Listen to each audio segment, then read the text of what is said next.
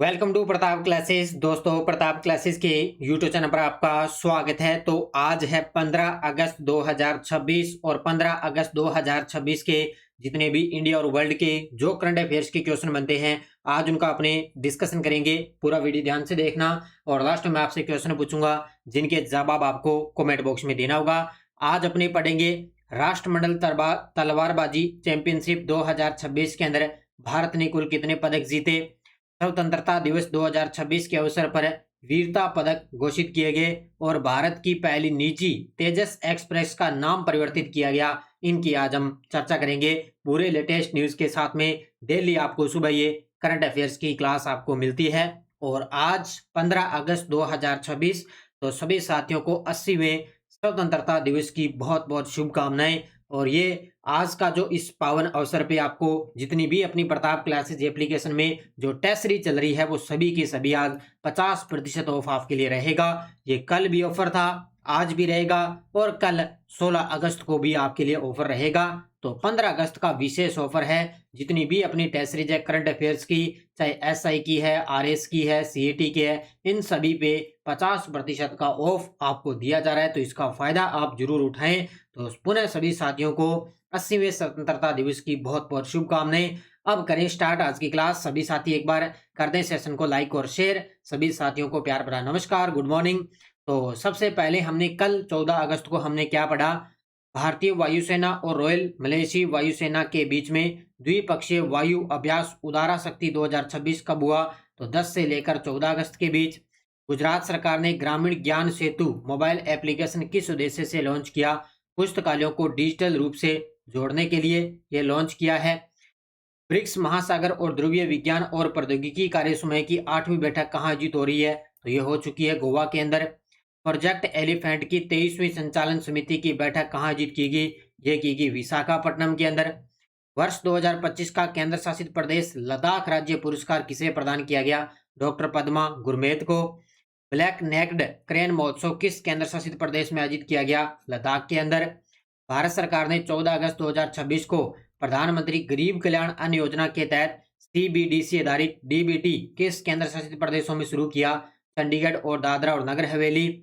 James Webb space telescope ने किस दुर्लभ खगोलीय पिंड की पहचान में मदद की, तो वो है MOM-BH1। तो ये हमने कल इनके बारे में अच्छे तरीके से पढ़ा, डिटेल में पढ़ लिया।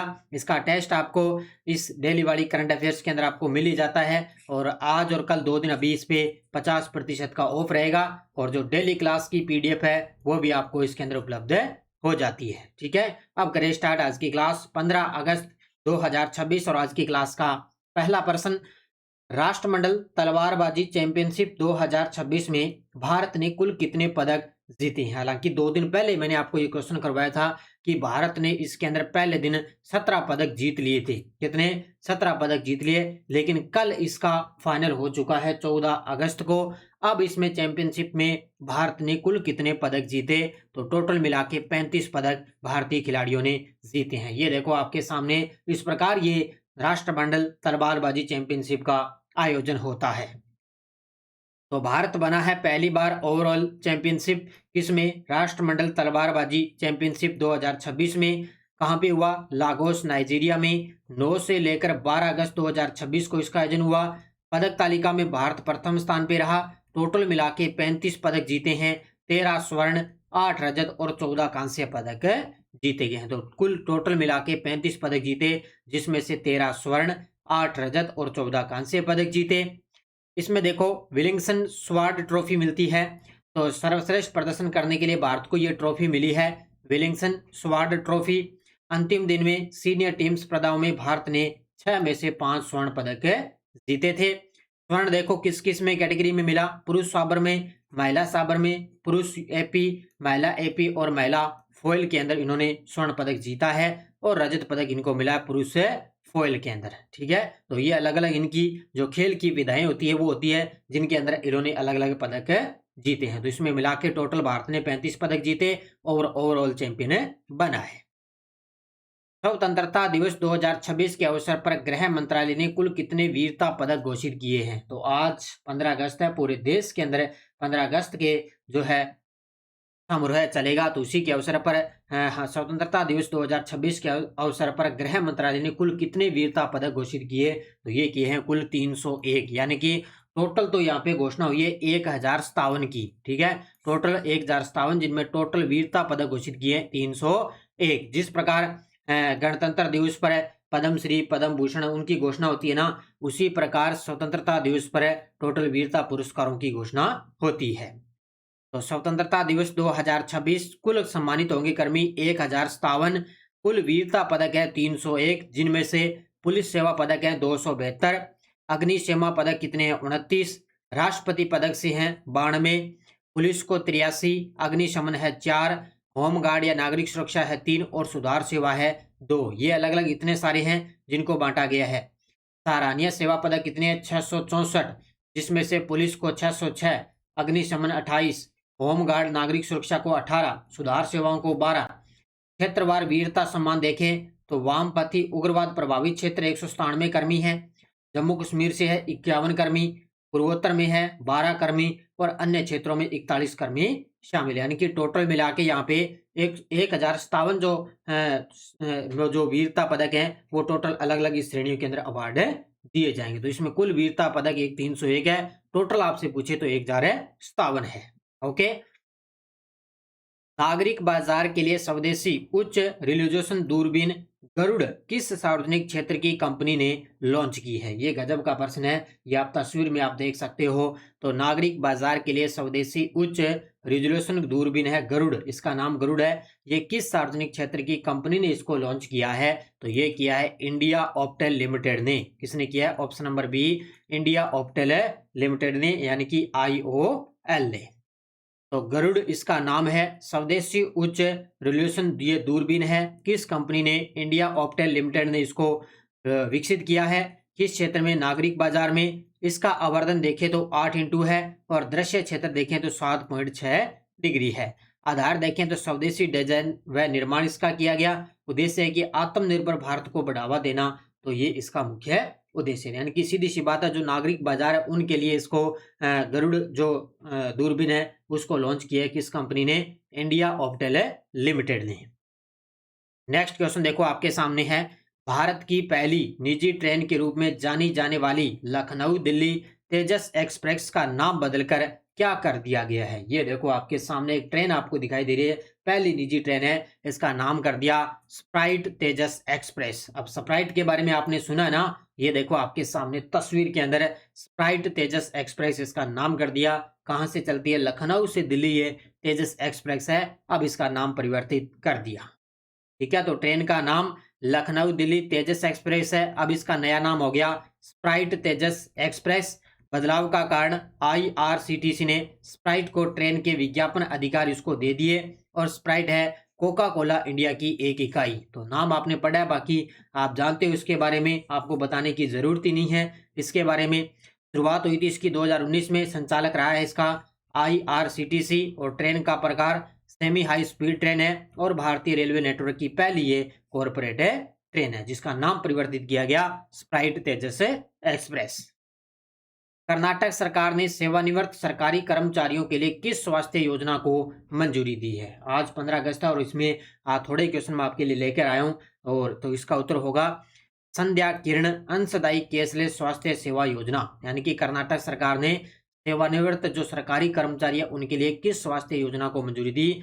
संध्या किरण अंशदायी कैशलेस स्वास्थ्य योजना को मंजूरी दी है। ठीक है, बस याद रखना थोड़ा सा, योजना है संध्या किरण अंशदायी कैशलेस स्वास्थ्य सेवा योजना। किसकी है? कर्नाटक की सरकार इनकी योजना। लाभार्थी रहेंगे पात्र जो सेवानिवृत्त जो सरकारी कर्मचारी हैं परिवार, उनको इसका लाभ मिलेगा। आयु सीमा रहेगी 70 वर्ष से कम आश्रित, और कवरेज रहेगा इसके अंदर 5 लाख प्रति परिवार वर्ष इसके अंदर कवरेज रहेगा। उपचार होगा कैशलेस माध्यमिक तृतीयक और आपातकालीन स्थितियों में। ढांचा रहेगा आयुष्मान भारत आरोग्य कर्नाटक योजना के तहत, और संचालित रहेंगे नामित अस्पतालों के अंदर। यानी कि जो सरकारी कर्मचारी ना कर्नाटक राज्य के अंदर, उन्हीं को इसका क्या है? लाभ मिलेगा। लोक परीक्षा अनुचित साधन निवारण संशोधन विधेयक 2026 के संबंध में निम्नलिखित में से कौन सा कथन सही है? अब आपने ये अच्छे तरीके से पढ़ा है। तो लोक परीक्षा अनुचित साधन निवारण विधेयक 2026 है, तो इसके अंदर आपको कौन सा कथन सही है? इसमें दोषी को अधिकतम 10 वर्ष की तक की सजा का प्रावधान है, सही है। अधिकतम 10 करोड़ रुपए तक जुर्माने का प्रावधान है, सही है। मामलों के शीघ्र निपटान हेतु विशेष त्वरित अदालतें स्थापित की जाएगी, सही है। पुलिस जांच 2 महीने के भीतर पूरी करनी होगी, यानी कि पुलिस जांच है वो 2 महीने के अंदर भीतर अपना काम करेगी। तो ये सारे कथन बिल्कुल सही है। तो ये एक विधेयक है, लोक परीक्षा अनुचित साधन निवारण विधेयक 2026, ठीक है। तो इसमें सारे कथन बिल्कुल सही है, ठीक है। देखो डिटेल आपके सामने, विधेयक लोक परीक्षा अनुचित साधन निवारण विधेयक 2026 संसद, लोकसभा और राज्यसभा दोनों के अंदर ये पारित हो चुका है।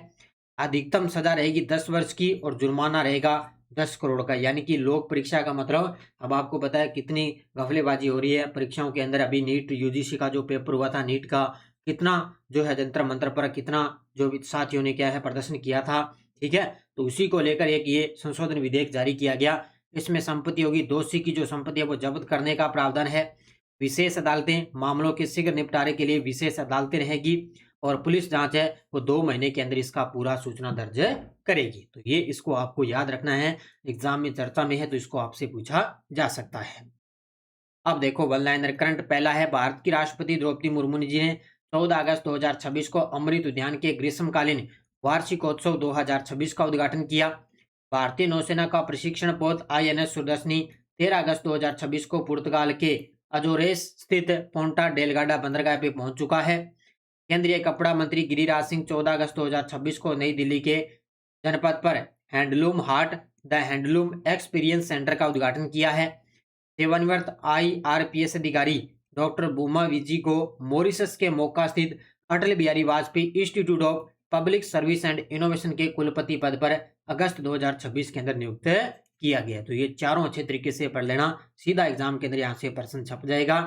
और ये टेलीग्राम ग्रुप है, कोई सूचना, कोई लिंक, कोई नोटिफिकेशन सब आपको सूचना मिलती है। पिछले वीडियो का क्वेश्चन, 23वें अंतर्राष्ट्रीय भाषा विज्ञान ओलंपियाड 2026 के अंदर भारतीय खिलाड़ियों ने 1 स्वर्ण और 3 कांस्य और 1 ऑनरेबल मेंशन जीता है। तो बहुत सारे विद्यार्थियों ने बड़े गजब के जवाब दिए, उन सभी को बहुत बहुत शुभकामनाएं। अब देखो क्वेश्चन फॉर यू आपके लिए, फिक्की पब्लिकॉन 2026 पब्लिशिंग अवार्ड्स में book of the year non fiction पुरस्कार हिंदी के अंदर किसको मिला? सूचना प्रसारण मंत्रालय, प्रकाशन विभाग, साहित्य अकादमी और PIB को। इसका जवाब आपको कमेंट बॉक्स में देना है। और यस्टे डोज, राष्ट्रीय वैमानिकी और अंतरिक्ष प्रशासन यानी कि नासा की स्थापना कब हुई? इसका मुख्यालय 29 जुलाई 1958 को वाशिंगटन DC में। संयुक्त राष्ट्र विकास कार्यक्रम की स्थापना व मुख्यालय कहाँ है? 22 नवंबर 1965 को स्थापना न्यूयॉर्क में। विश्व व्यापार संगठन की स्थापना 1 जनवरी 1995, मुख्यालय इसका जिनेवा में। और विश्व आर्थिक मंच की स्थापना 24 जनवरी 1971 को, मुख्यालय इसका जिनेवा में। तो ये बेसिक चीजें हैं, इनको अच्छी तरीके से आपको याद रखने हैं। अब आपके लिए नेक्स्ट डोज मैंने स्टार्ट कर दी है इंडिया ज्योग्राफी की। पहला प्रश्न, भारत का सबसे बड़ा बाघ अभ्यारण्य कौन सा है? क्षेत्रफल के हिसाब से सबसे छोटा अभ्यारण्य कौन सा है? देश का 58वां बाघ अभ्यारण्य कौन सा घोषित किया गया? और कौन सा अभ्यारण्य भारत का पहला बाघ अभ्यारण्य बना था? इन चारों के जवाब आपको कमेंट बॉक्स में देना है। और ऑफर पे ऑफर चल रहा है 15 अगस्त का। और ये SI अभी RSSI 2021 की अभी टेस्ट सीरीज ये बुक आएगी, आज बाजार के अंदर आपको उपलब्ध हो जाएगी। बाकी सोमवार से आपको बुक ये बाजार के अंदर मिल जाएगी। SI के लिए स्पेशल बुक आ रही है और SI की अपने करंट अफेयर्स की टेस्ट सीरीज भी चल रही है। इसमें PDF वगैरह सब कुछ आपको उपलब्ध हो रहा है। CAT के 10+ मॉडल पेपर उपलब्ध हैं और RS प्री की टेस्ट सीरीज है और CAT की टेस्ट सीरीज, इन सभी पे 15 अगस्त का विशेष ऑफर चल रहा है। इसका फायदा आप जरूर उठाएं। तो बार बार मैं आपको कर रहा हूं, फिर आप मत कहना भी सर हमने ऑफर का फायदा लिया नहीं है। तो आज और कल 2 दिन ऑफर रहेगा, तो उसमें डेली वाली टेस्ट सीरीज आप लेके अच्छे तरीके से अभ्यास कर सकते हो। तो सभी साथी करेंगे। वीडियो को जाते जाते लाइक शेयर। पुनः सभी साथियों को 80वें स्वतंत्रता दिवस की बहुत बहुत शुभकामनाएं। धन्यवाद। जय हिंद, जय भारत, जय राजस्थान।